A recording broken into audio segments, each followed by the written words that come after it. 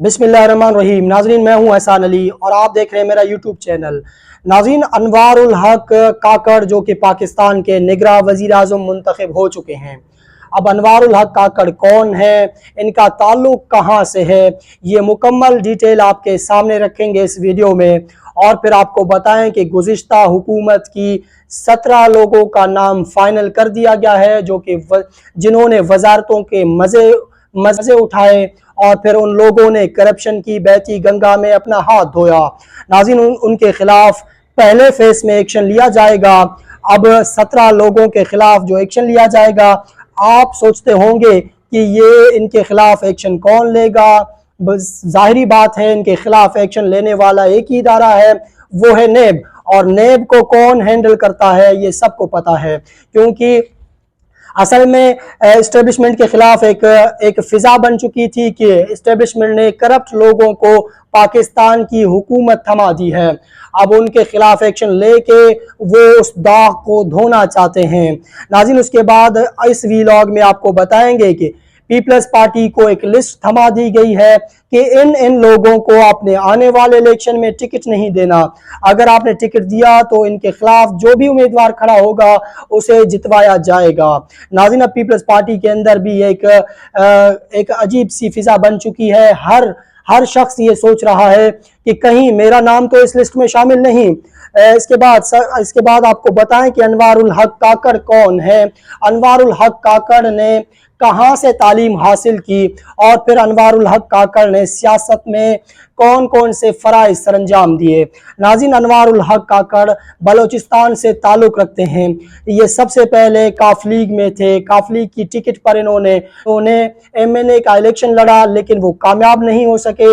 लेकिन उसके बाद जैसे बलोचिस्तान अवामी पार्टी वजूद में आया, उन्होंने बलोचिस्तान अवामी पार्टी ज्वाइन किया और फिर बलोचिस्तान अवामी पार्टी में ये एक एक्टिव रहनुमा के तौर पर सामने आए।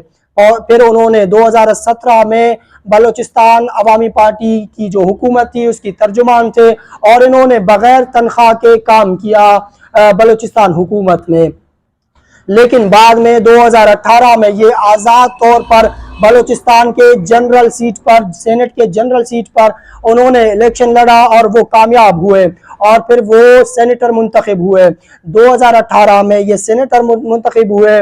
उसके बाद इन्होंने कई कमेटियों में काम किया और फिर ये सबसे बड़ी बात कि ये इमरान खान के भी करीबी माने जाते हैं और पीपल्स पार्टी और नून लीग की भी करीबी माने जाते हैं। नाज़रीन, अनवारुल हक काकड़ का नाम जैसे फाइनल हुआ, वैसे ही नवाज शरीफ की जो उम्मीदें थीं उन पर पानी फिर गया, क्योंकि नवाज शरीफ का ये मानना था कि किसी ना किसी तरीके से इसहाक डार को निगरां वज़ीर आज़म मुंतखब किया जाए और फिर इसहाक डार इक़्तिदार में आकर उनके लिए रास्ता बनाए।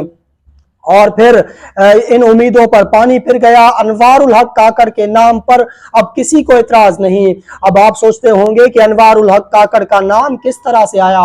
नाज़रीन, पाकिस्तान में अमूमन ऐसे ही होता है, जिसे वज़ीर आज़म मुंतखब करना होता है उसका नाम सामने नहीं आता, जिसे मुंतखब नहीं करना होता उसका नाम सामने भी आता है और फिर वो डिस्कस भी होता है। वज़ीर आज़म और फिर अपोजिशन लीडर के दरमियान डिस्कस होता है, लेकिन एंड ऑफ द डे वही फाइनल हो जाता है जो जिन्हें फाइनल करना होता है।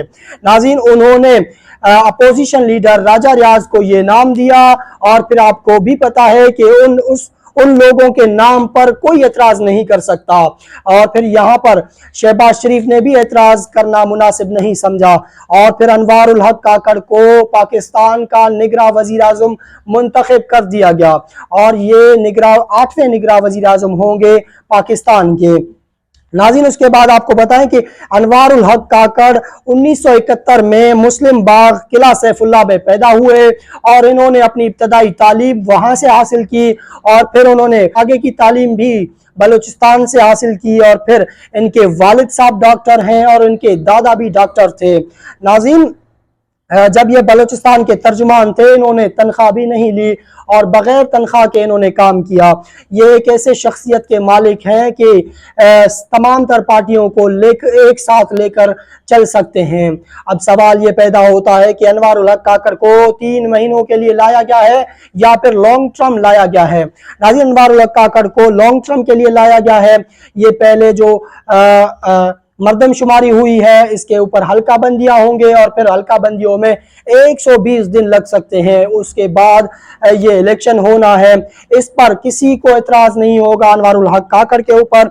और फिर सबसे बड़ी बात आपको बताएं कि इमरान खान की जो अपील है उन पर समाअत डिले का शिकार होता जा रहा है। होना ये चाहिए था कि पहले या दूसरे समाअत में इमरान खान की सजा को मुअत्तल कर दिया जाता, लेकिन इस्लामाबाद हाई कोर्ट का ये मतीरा है किसी ना किसी तरीके से इमरान खान को जेल में रखा जाए और फिर ऐसे चीज़ों में इमरान खान के वकला को अटकाया गया है, ऐसे चीज़ों में उलझाया गया है जिन चीज़ों में उलझना नहीं चाहिए था। इमरान खान के वकला को एक तरफ या मुलाकात की इशू पर उलझाया गया या फिर इमरान खान को खाना देने की इशू पर उलझाया गया और फिर जाय नमाज देने के मसले पर उलझाया गया या फिर कुरान पाक देने के मसले पर उलझाया गया। अब किसी ना किसी तरीके से इमरान खान को उलझाया जाए, लेकिन इमरान खान के लिए सबसे बड़ी खबर और अच्छी खबर यह है कि अनवारुल हक काकड़ मुंतखब हो चुके हैं निगरां वज़ीर आज़म। अब अनवारुल हक काकड़ क्या करेंगे? अनवारुल हक काकड़ की टेन्योर में इमरान खान के लिए कुछ नरमी होगी और फिर अनवारुल हक काकड़ ये अहम किरदार अदा कर सकेंगे कि इमरान खान को किस तरीके से जेल से निकाला जाए। नाज़रीन, अब इस पीडीएम की हुकूमत समाअत हो चुकी है और पीडीएम के खिलाफ अब शिकंजा कस लिया गया है। उनकी तमाम तर उन वज़रा के खिलाफ एक्शन का जो प्लानिंग है वो तैयार है और फिर पहले इब्तदाई तौर पे 17 लोगों को गिरफ्त में लिया जाएगा और उन लोगों से हिसाब लिया जाएगा क्योंकि उन्होंने एक अंधाधुन करप्शन किया और फिर माले गनीमत समझकर उन्होंने लूटा, जो पाकिस्तान की खजाने को उन्होंने इस तरह से लूटा। अब उनके खिलाफ एक्शन लिया जाएगा। और अगर बात करें कि सिंध हुकूमत की जानिब से, सिंध हुकूमत की गुज़िश्ता 15 सालों का जो दौर था, टेन्योर था, उसमें सिंध हुकूमत ने कई मुश्किल फैसले किए, सिंध हुकूमत की जानिब से कई गलत फैसले किए गए। इस पर मुकम्मल एक चार्जशीट आपके सामने रखेंगे और फिर आपको बताएंगे कि गुज़िश्ता 15 सालों में कितने कितने घपले मारे गए सिंध हुकूमत की जानिब से और फिर कौन कौन से अच्छे काम किए गए, ये भी आने वाले व्लॉग में आपको बताएंगे। लेकिन अब तक के लिए इतना ही। अपना और अपने फैमिली का खास ख्याल रखिएगा। अगर ये वीडियो आपको पसंद आया हो तो हमारे YouTube चैनल को सब्सक्राइब करना मत भूलिएगा। शुक्रिया। अल्लाह हाफ़िज़।